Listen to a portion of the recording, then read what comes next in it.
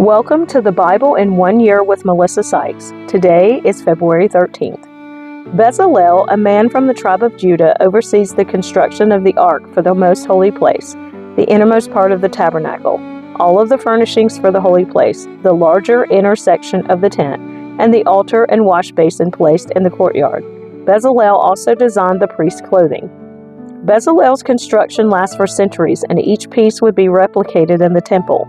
This design for the high priest's garments would be used throughout the history of Israel's priesthood. Each gold furniture piece points to the future work of Christ.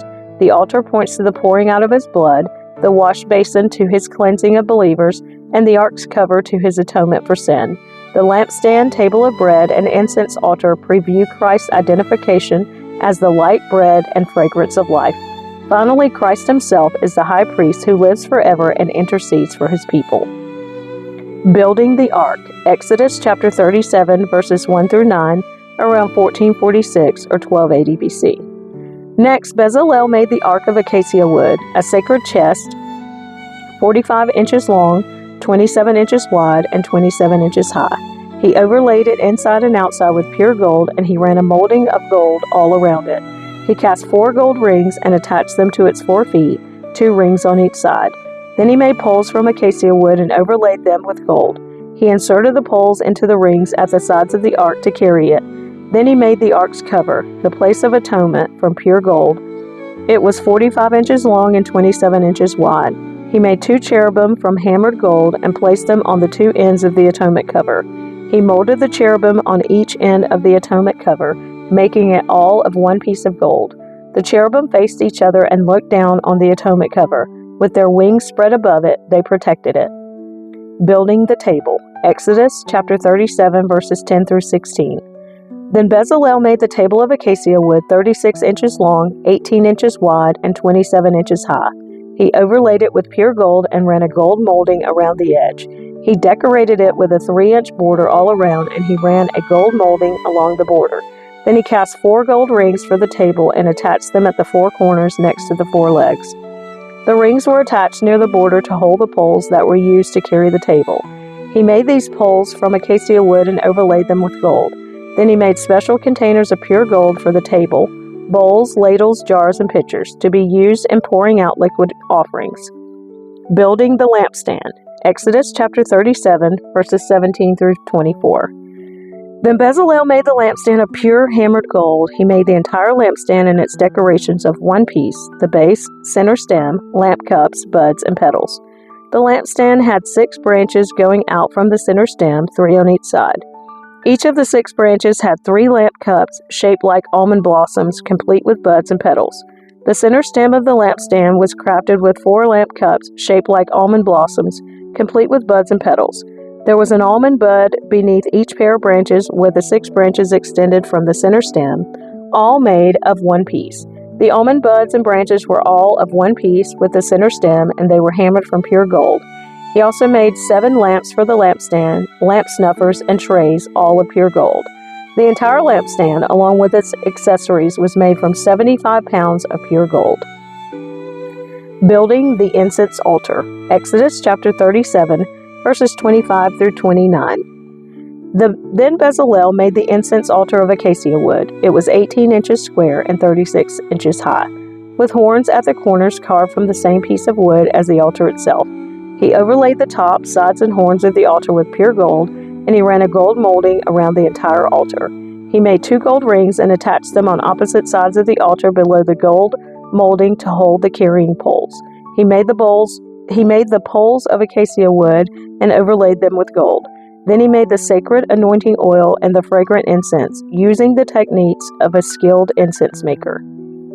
Building the altar of burnt offering, Exodus chapter 38, verses 1 through 7. Next, Bezalel used acacia wood to construct the square altar of burnt offering. It was 7.5 feet wide, 7.5 feet long, and 4.5 feet high.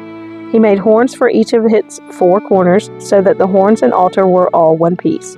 He overlaid the altar with bronze. Then he made all the altar utensils of bronze, the ash buckets, shovels, basins, meat forks, and fire pans. Next, he made a bronze grating and installed it halfway down the side of the altar, under the ledge.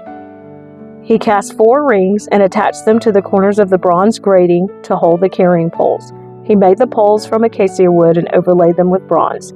He inserted the poles through the rings on the sides of the altar. The altar was hollow and was made from planks. Building the wash basin. Exodus chapter 38, verse 8. Bezalel made the bronze wash basin and its bronze stand from bronze mirrors donated by the women who served at the entrance of the tabernacle. Building the courtyard. Exodus chapter 38, verses 9 through 20. Then Bezalel made the courtyard, which was enclosed with curtains made of finely woven linen. On the south side of the curtains were 150 feet long. They were held up by 20 posts set securely in 20 bronze bases. He hung the curtains with silver hooks and rings. He made a similar set of curtains for the north side, 150 feet of curtains held up by 20 posts set securely in bronze bases. He hung the curtains with silver hooks and rings. The curtains on the west end of the courtyard were 75 feet long, hung with silver hooks and rings and supported by 10 posts set into 10 bases. The east end, the front, was also 75 feet long. The courtyard entrance was on the east side, flanked by 2 curtains. The curtain on the right side was 22.5 feet long and was supported by 3 posts set into 3 bases. The curtain on the left side was also 22.5 feet long and was supported by 3 posts set into 3 bases. All the curtains used in the courtyard were made of finely woven linen. Each post had a bronze base, and all the hooks and rings were silver. The tops of the posts of the courtyard were overlaid with silver, and the rings to hold up the curtains were made of silver. He made the curtain for the entrance to the courtyard of finely woven linen, and he decorated it with beautiful embroidery in blue, purple, and scarlet thread.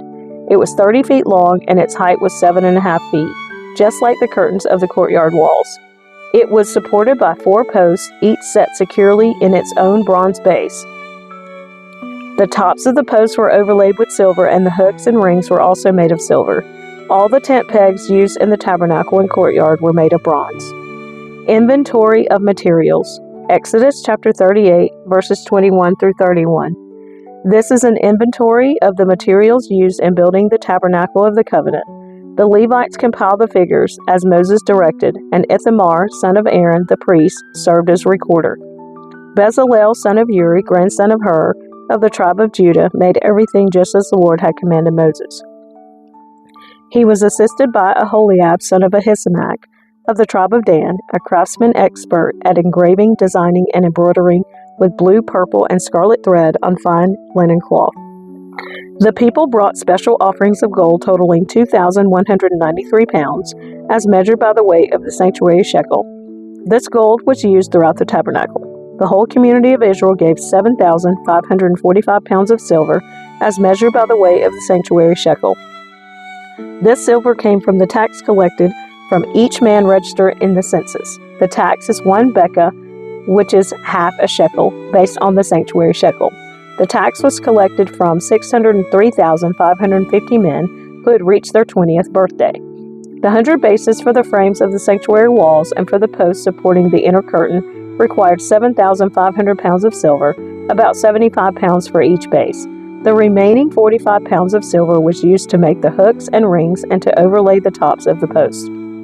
The people also brought as special offerings 5,310 pounds of bronze, which was used for casting the bases for the posts at the entrance to the tabernacle, and for the bronze altar with its bronze grating and all the altar utensils.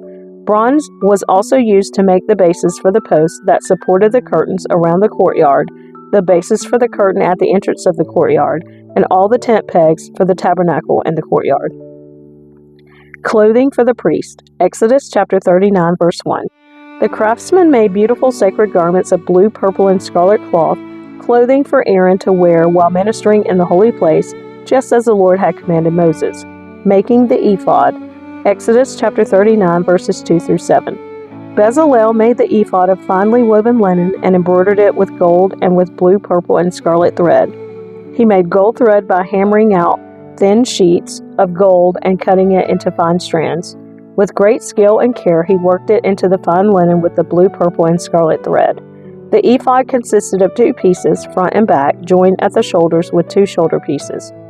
The decorative sash was made of the same materials, finely woven linen embroidered with gold and with blue, purple, and scarlet thread, just as the Lord had commanded Moses.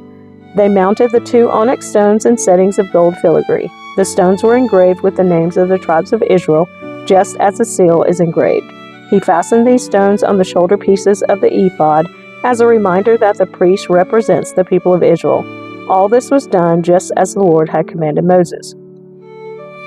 Making the chest piece. Exodus chapter 39, verses 8 through 21.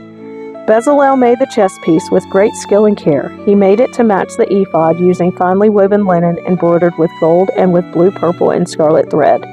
He made the chest piece of a single piece of cloth folded to form a pouch 9 inches square. They mounted 4 rows of gemstones on it. The first row contained a red carnelian, a pale green peridot, and an emerald.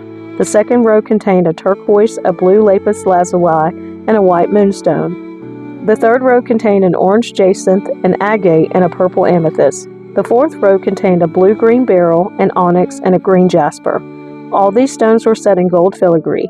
Each stone represented one of the 12 stones of Israel, 12 sons of Israel, and the name of that tribe was engraved on it like a seal.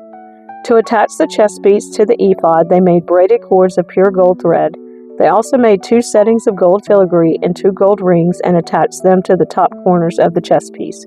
They tied the 2 gold cords to the rings on the chest piece. They tied the other ends of the cords to the gold settings on the shoulder pieces of the ephod. Then they made 2 more gold rings and attached them to inside edges of the chest piece next to the ephod. Then they made 2 more gold rings and attached them to the front of the ephod, below the shoulder pieces, just above the knot where the decorative sash was fastened to the ephod. They attached the bottom rings of the chest piece to the rings on the ephod with blue cords. In this way, the chest piece was held securely to the ephod above the decorative sash. All this was done just as the Lord had commanded Moses. Additional clothing for the priest. Exodus chapter 39, verses 22 through 31. Bezalel made the robe that is worn with the ephod from a single piece of blue woven cloth, with an opening for Aaron's head in the middle of it. The opening was reinforced with a woven collar so it would not tear. They made pomegranates of blue, purple, and scarlet yarn and attached them to the hem of the robe. They also made bells of pure gold and placed them between the pomegranates along the hem of the robe, with bells and pomegranates alternating all around the hem. This robe was to be worn whenever the priests ministered before the Lord, just as the Lord had commanded Moses. They made tunics for Aaron and his sons from fine linen cloth. The turban and the special head coverings were made of fine linen, and the undergarments were also made of finely woven linen. The sashes were made of finely woven linen and embroidered with blue, purple, and scarlet thread, just as the Lord had commanded Moses. Finally, they made the sacred medallion, the badge of holiness, of pure gold. They engraved it like a seal with these words, "Holy to the Lord." They attached the medallion with a blue cord to Aaron's turban, just as the Lord had commanded Moses.